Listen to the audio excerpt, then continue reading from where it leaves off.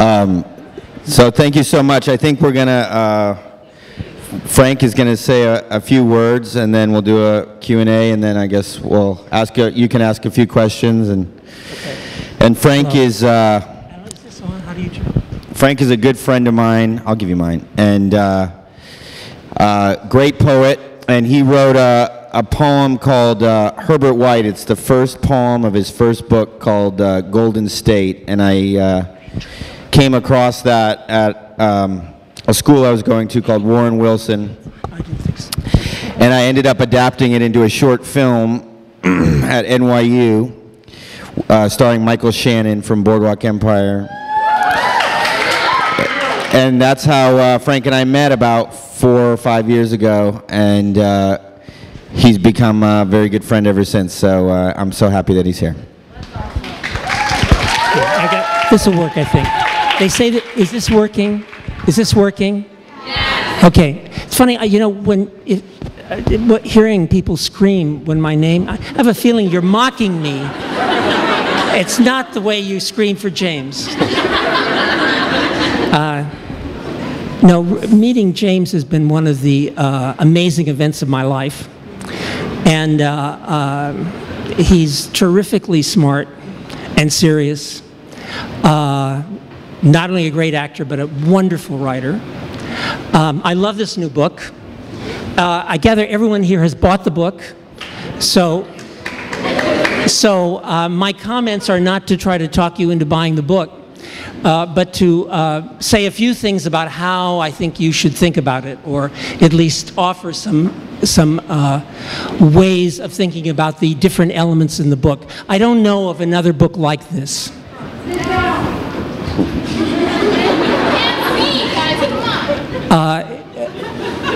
That is, I don't know of a book that is made up of family photographs, of great candor, intimacy of a whole childhood, linked with writing that is both poetry and prose, that is very serious, that is not simply autobiographical, though it certainly has autobiographical elements. And this joining of photographs of that are necessarily of a literal reality. I mean, they're not fantasy pictures, they are the real pictures of a childhood, with prose that one might think was going to be autobiographical, a kind of verbal version of the pictures. The prose is not that at all. Let me quote from the introduction to the book.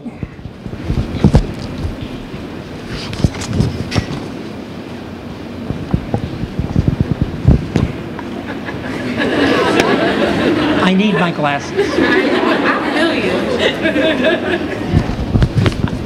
I have a feeling everything I do today is going to be somehow funny. He says in the introduction, quote, "I use childhood, teenagers, and school as forms. For me, the particulars of the time and place of my own childhood are placeholders for anyone's experiences at that age." Now, that's a very unusual use of the word forms. That is, childhood is a form, teenagers are a form, school is a form. And I think that's the correct use of the word form, but it means form as shape or bucket or receptacle that can be filled with very, very different things.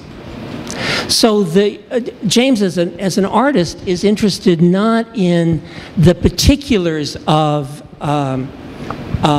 a single childhood, growing up a single family, but rather in a family producing, in effect, forms, gender forms, forms of age, roles of parents. If you look at the back of the book, it says, there's a list, and at first I read it as a sentence: boys, girls, love, heartbreak, sex, and drugs. And that is I think a good sentence. I mean, boys and girls do love heartbreak, sex, and drugs. But it's also true that I think it's a list. In effect, the author of this book is saying, what are the elements of the world? What are the elements of this world? Well, there are boys and girls. There's love. There's heartbreak. There's sex. And there's drugs. And these are sort of building blocks or shapes or forms that can be filled in very different ways by different narrators. For example, in poems. There are poems that are spoken by characters that are not James. There are stories that are spoken by not James. And so, on the one hand, the book seems to invite one to imagine this very literal, real, concrete childhood and world and very photogenic family. But at the same time, as a whole, the work is asking you to see this as a succession of forms, of vehicles or cans to be filled.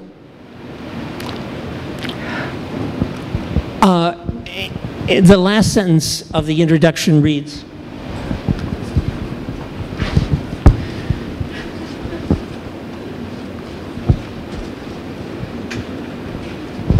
I'd make the claim that this is fiction, but what isn't nowadays? In effect, the book is saying, yes, everything is fiction. And we know that. And if anything, that's a kind of contemporary cliche. And yet fiction always starts with something concrete, a form that can be filled in various ways, which this artist is doing in very different ways in different parts of the book. If we take this, in effect, contradiction between the literal world of the photographs and the world of the forms, that these stories and poems over and over again vary. One might think, well, there's an awful lot of art that is about how the world is fiction. The artist is an inventor. The artist is free. And yet when one reads James's work, the child, the young person in it, doesn't feel free at all. Feels bound by very powerful things that are often a source of depression, self-hatred. There is a very dark vision of life in this book. And let me give you an example of this. He wrote it, I didn't.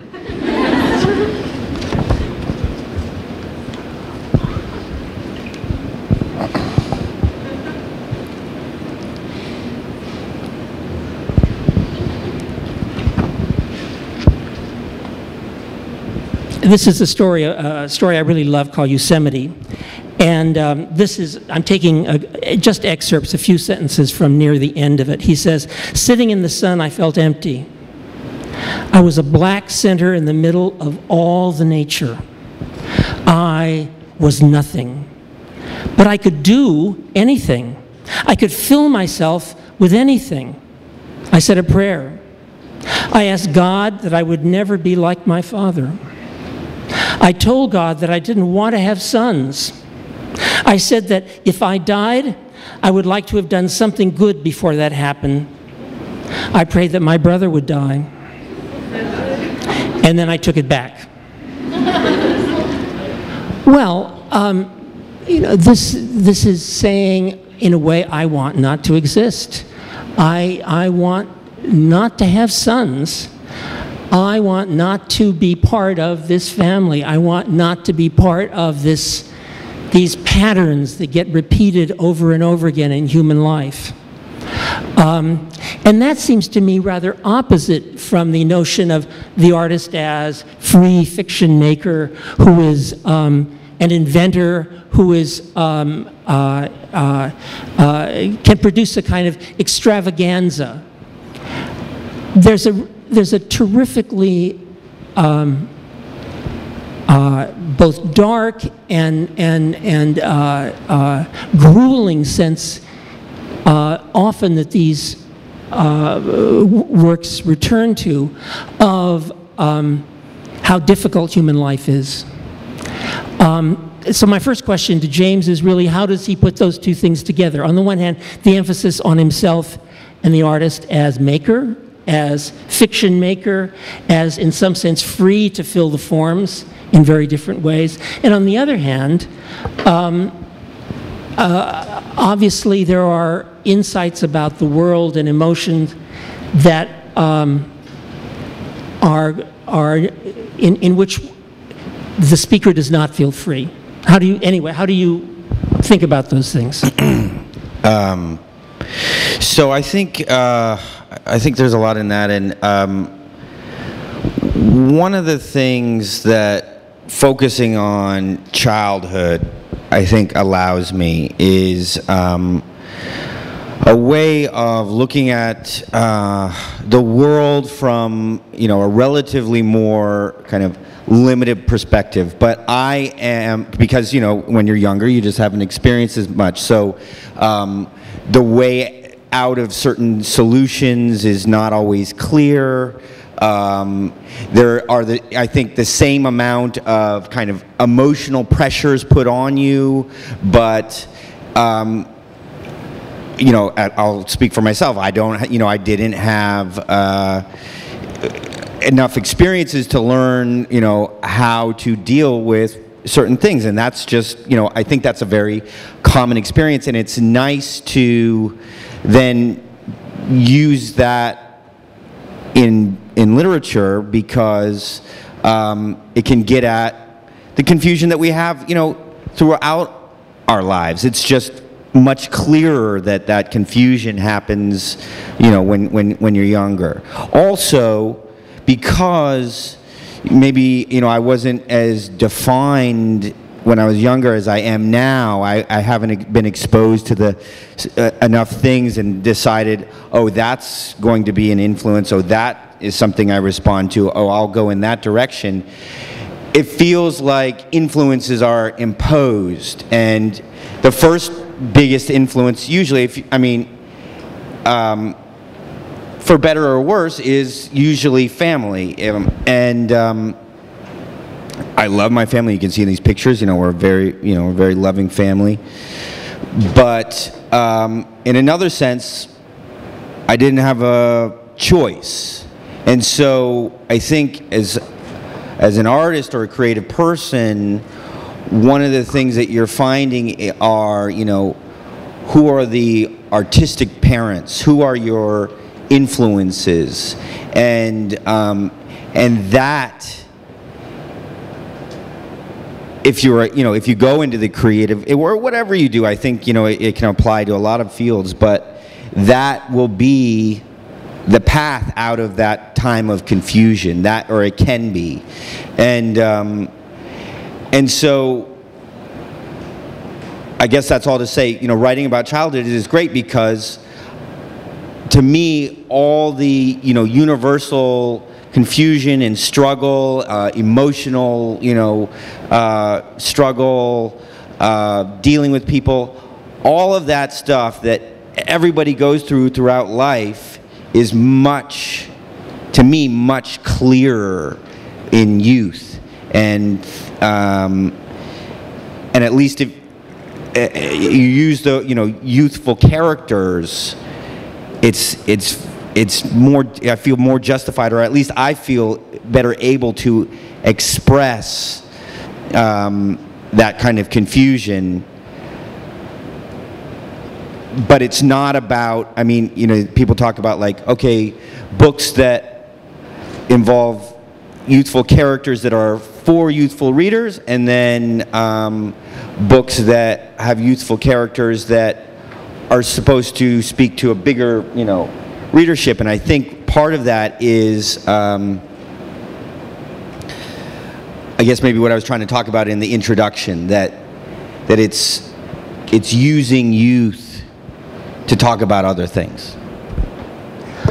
One of the remarkable characteristics of James's writing is the candor.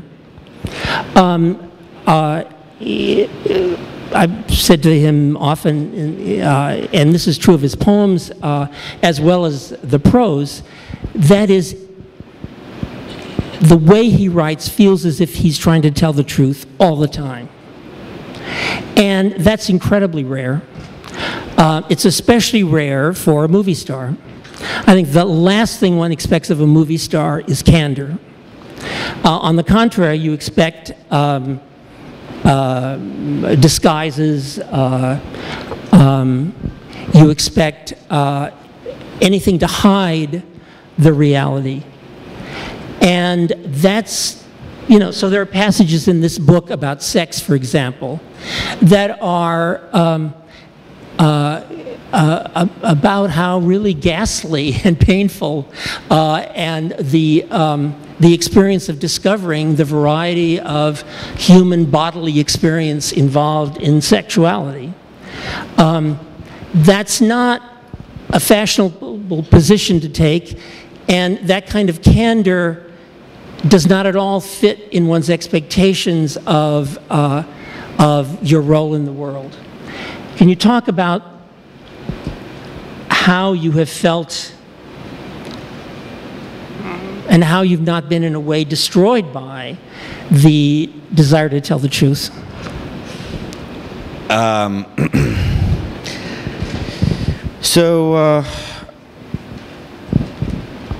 I guess maybe one thing you addressed is, I'm an actor in mainstream film, so I have a public persona. And when I was a younger actor, I would spend a lot of energy trying to shape that public persona and try and look basically like a cool guy. And I was very careful about what I said, and and maybe wouldn't necessarily say everything I felt all the time, and I still don't. But I was very aware of trying to shape that. And then I realized that I couldn't, that was something that was out of my control, and that also my role as an actor, that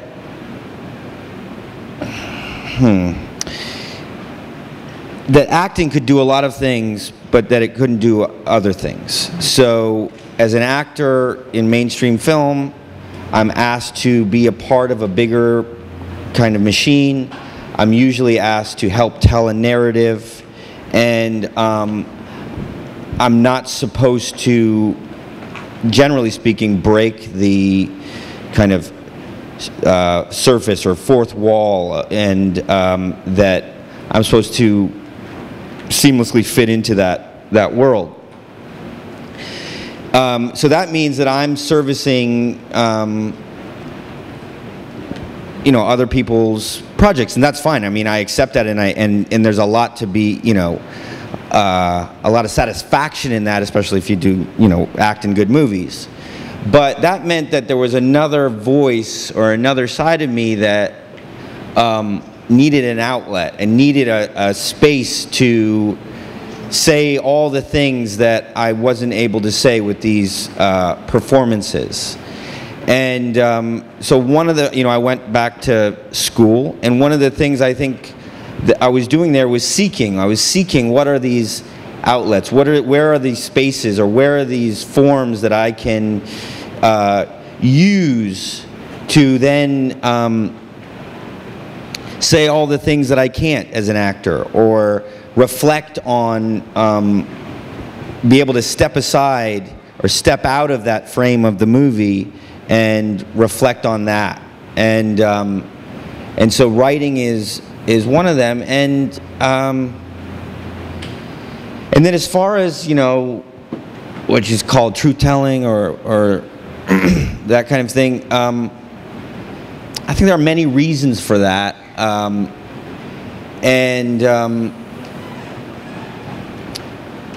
One of the reasons I seek a certain kind of experience or write about a certain kind of experience is, I guess I know is, movies and watching movies and studying movies and television and now, internet and everything. It's such a pervasive thing that, we can say, oh, it's just a movie, but they are, a kind of part of our collective consciousness now. I mean, moving images, whatever they are, fill up such a big part of all of our lives, whether you embrace them or deny them. They're just around us. And so I know that whatever I make, whatever movie I'm a part of, it's kind of cementing a certain kind of way of being or an outlook on life, whether, it's explicit or not. It's just there. It kind of becomes part of that bigger fabric. And so one of the things I try and do with other forms is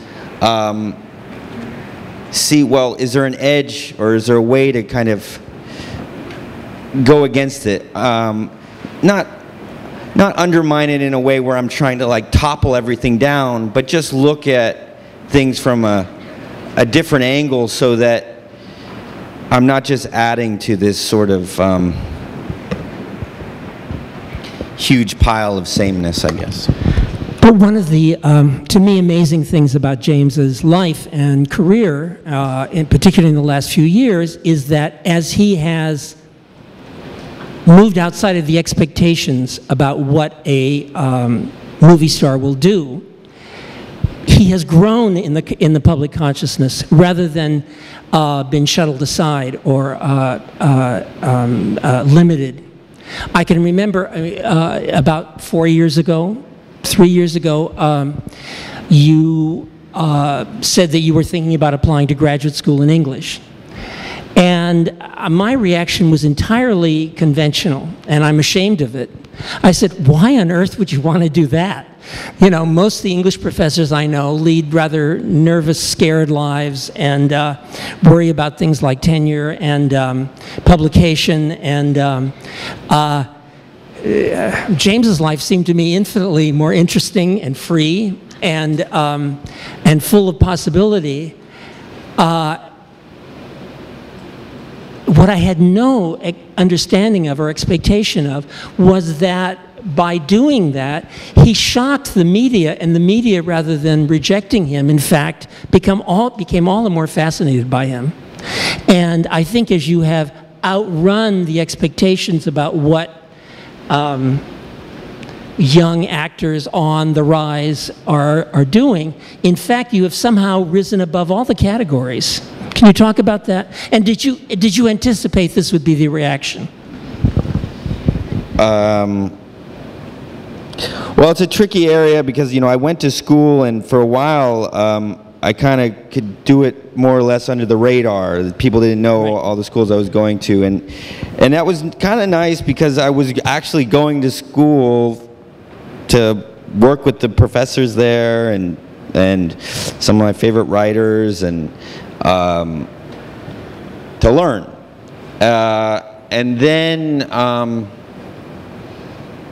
And then when people found out about it, it became, I guess, part of my identity that I was an actor and going to school. But that was kind of not the purpose. But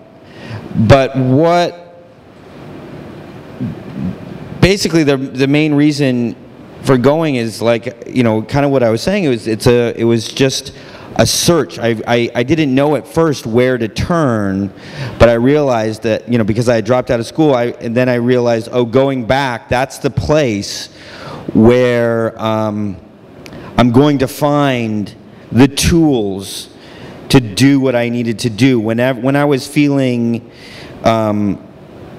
limited in my, ways of expression as an actor. Grateful for, you know, the success, but limited because there were other things that I wanted to do. School was the place, it turns out, for me. It's not for everyone, but for me, where I could do my experimentation. I could, you know, find those formulas and approaches that would allow me to do what I needed to do. But if I think about now going back to school and thinking about going to, say, a poetry workshop, I am horrified at the ego vulnerability. It seems to me it takes an extraordinary an amount of guts or something to be James Franco and to go into a poetry workshop and say, here's my new poem, and have 20 other people say, I don't like this poem, or I think it's stupid, or I think it's banal, or very few people would allow themselves to be that vulnerable. I did when I was in my 20s, but I would find it very hard now in my 70s. I still feel great trepidation when I show a new poem to friends because I know that there's a good chance they're not going to like it. On the other hand, that's between two people, usually. You have somehow trained yourself or turned yourself into someone who can bear that publicly. Can you talk about that? Right. So anybody that goes into, you know, if you're in a graduate creative, an MFA program for whatever it is, art, film, writing, fiction, poetry, it's usually going to be run on a workshop kind of format. So that means everybody goes and writes, and then you know, they bring their work back, the whole class, and the professor critiques it. And that's, I think, you know, that's hard for anyone. But for me, at the beginning of my, you know, my work in the MFA programs, it was very important because I had been acting for about 7 or 8 years professionally. I had been writing a lot, all that over the course of those years, but I wasn't showing my work to anyone. And so it was very important to me to, you know, have other eyes on it. As soon as you show a piece to someone else, whether it's a painting, a movie, a piece of writing, it immediately looks different just because the other person's eyes are on it. And that's what Quentin Tarantino talked about at his Oscar acceptance speech. You know, he thanked the listeners, he didn't want them to comment on it. He just wanted them to listen to it because he knows it's going to sound different as soon as somebody else is listening. And so that was very important to me. What I find, and it's not, you know, just, it's for, you know, so many different people in so many different fields, where if you have a certain level of achievement in one area, but you find that it's limiting. I know so many people that want to go and, you know, they want to do something else, but it is very scary to go and do it because you have, you know, a certain amount of stature and respect in one area, and if you go to do this other thing, you're going to have to start at the bottom and go through all the steps you went through to get, you know, where you were in the other place. And I've just accepted that. I've accepted that, and that's the price that you pay if you want to engage in these other things. And these are, you know, literature and directing films, and art and performance of all kinds are just things I've always loved. But I knew it's like, okay, if you're going to treat these things seriously, if you're not going to just say, you know, yeah, I kind of do this thing on the side, and, you know, and then you're going to have to go through those motions, and you're not going to be great, maybe, at them, and that's okay.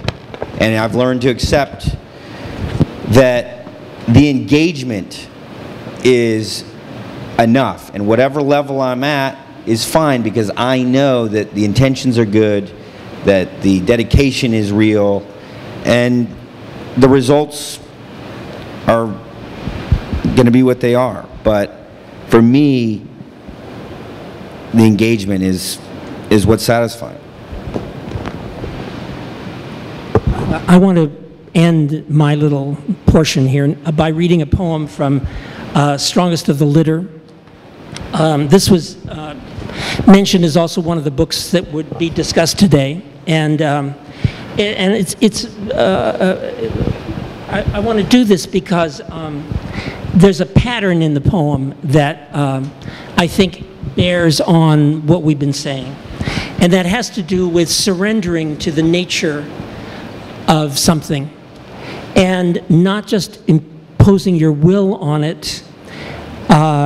If you want to be an artist, you have to surrender to the fact you've got to go through a process of criticism and having other people comment on your work, however grueling and painful that may be. This is a poem that says, which offers two opposite propositions about love.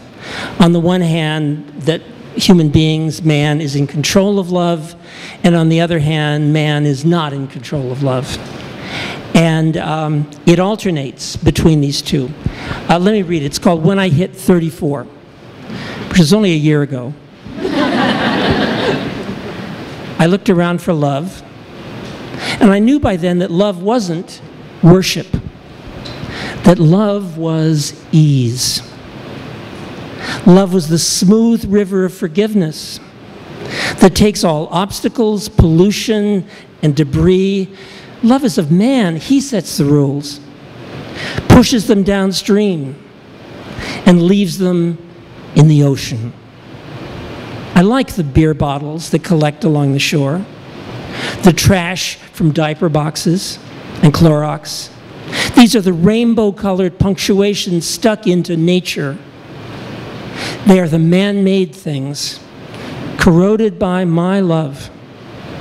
I assume things will pile and pile until the piles take over. But sometimes things are washed clean, like when a hurricane comes through and takes out houses as if they were cardboard. Love is not of man. Nature sets the rules. I've lived a life, I've learned a few things, and this is a new lesson. It says, surrender.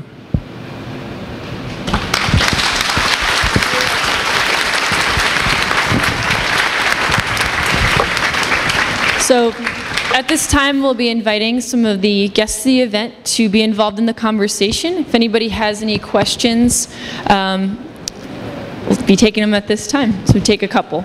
Anybody? Over here? And I'll repeat the question to you guys so you can hear it okay. Yeah, just all repeat. They talk in their work about a certain truth. And I wanted to know through their work what truth they. The question is, you guys in your work talk a lot about truths. Through your work, what truths have you uttered? Uncovered. I mean, I guess something I was going to say before was I've learned that I think my two big subjects when I write and when I do a lot of the things that I do that are generated from me or start with me are youth and performance, in the sense that it's sort of performance as a lens that I can look through and describe life and describe how we are with each other and describe how we present ourselves to each other, and that's those are just the things that over time, you write and you write and you read and you read, and those are the things that speak to me, and those are the subjects that come out of me, and so I suppose whatever I can find that's true about my experience in those areas, true about what I observe in other people, that's, I suppose, what I hone and try and get at as far as truth. And when you read the book, you will see that again and again characters are coming to often painful a view of things.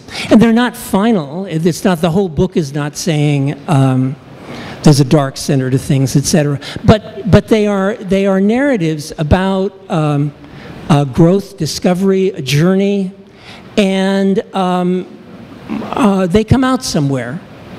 And on the other hand, they come out in different places, because one of the points of writing fiction or writing a lot is to see that there is no single perspective that encompasses everything. Though I think writers constantly seek that and try to find larger and larger perspectives. If you look at the end papers of this book, the end papers are made up of lists.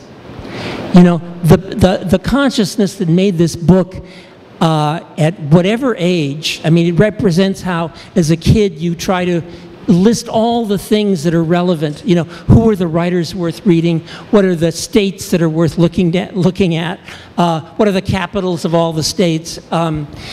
Joyce in Portrait of the Artist places himself in these progressively larger contexts. And that's one of the things that growth is about. That is, trying to learn truths, however limited in some degree they finally may be, and naming them, making a list of them. I have a poem that ends, "What you love is your fate." I think that's true. Your fate is what you love. If you love the things that the author of this book loves, you're going to be doing the things he does to embody them, to become a certain kind of artist. And he could choose not to do those things, but then his fate would be to deny what he loves, and that's a very expensive fate. Wonderful. I think we have time for 2 more questions. We try from this side. Over here? Is it? Yeah. Do I use this? You say it, I'm going to repeat it back to him. Yeah. Frank, I know you write a lot about the inevitable. You write a lot about the inevitable, things that you have to write.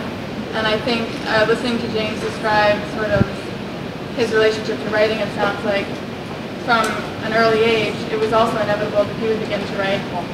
And I guess it's a question for James more, but has your relationship to acting, how do you feel, if at all, that it has changed now that you've begun writing, or do you feel that they complement each other? Because I think it sounded like in your acting, something wasn't being satisfied.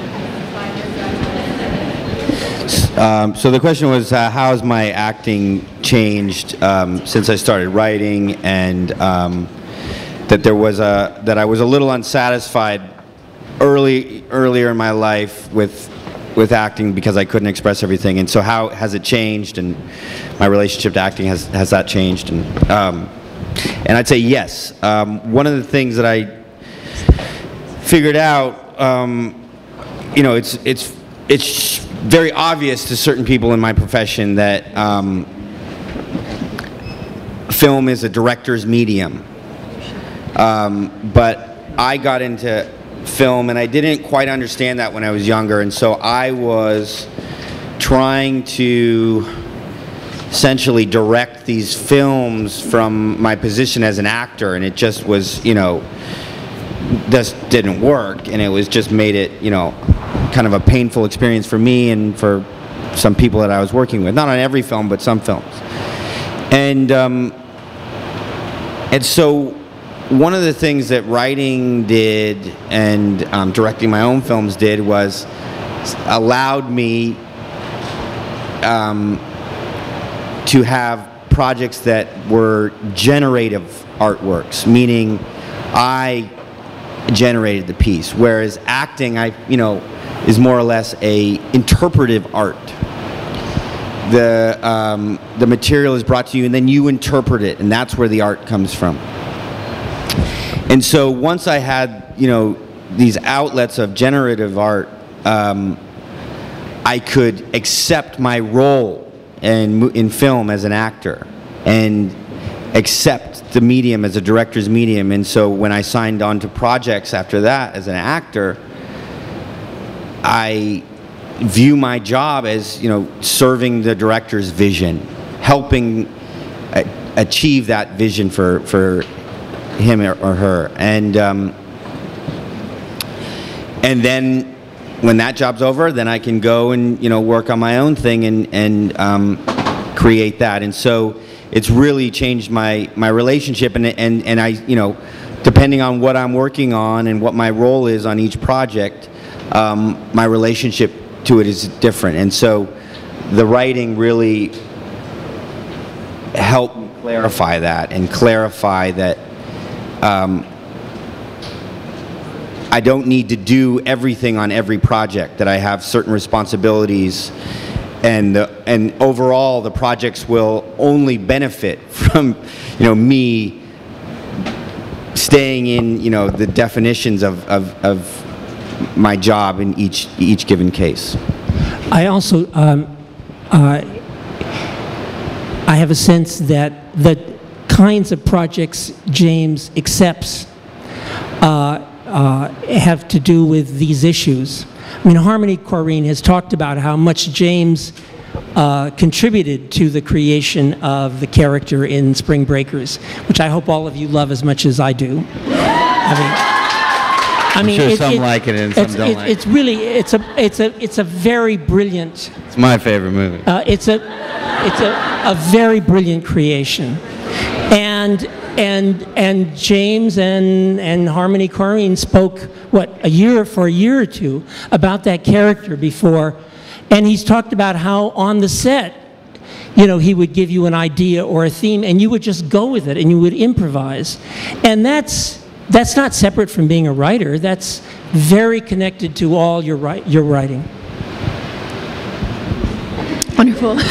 We have time for just one more. I'll take one from the back center over here. Over here? Yeah. Sorry. Okay. If you want to kind of, yeah. You should take a picture with this guy right here. Hi. Because you create on various media, when inspiration hits you, is it directed towards a certain medium? And is your creative process the same or is it different depending on the media?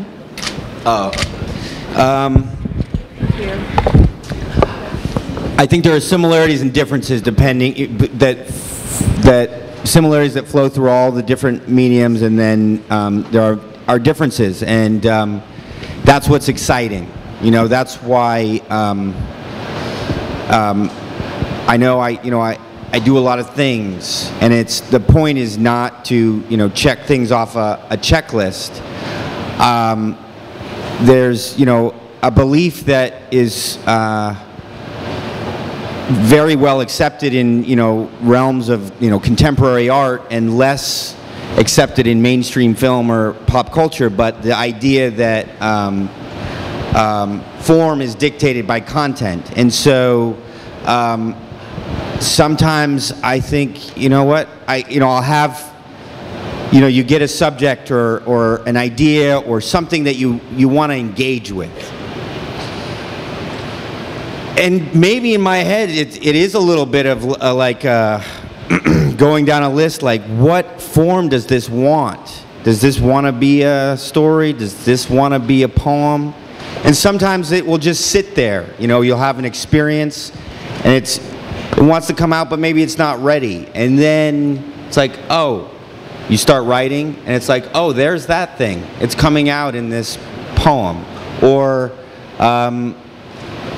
you think, oh, there's that, and that needs to be a film or whatever. And so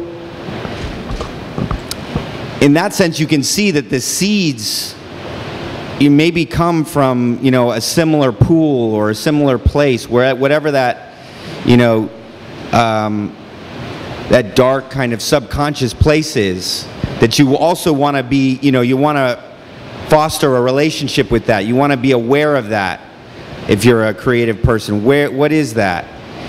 You want to be attuned to things that really strike you, and you don't need to, for me at least, I don't need to figure everything out beforehand. It's just sort of like, all right, I know there's something vital there, something alive.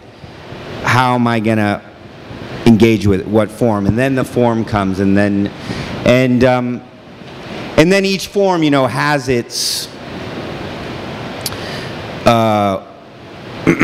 ways of being, structural kind of, you know, ways of being that you then start to order.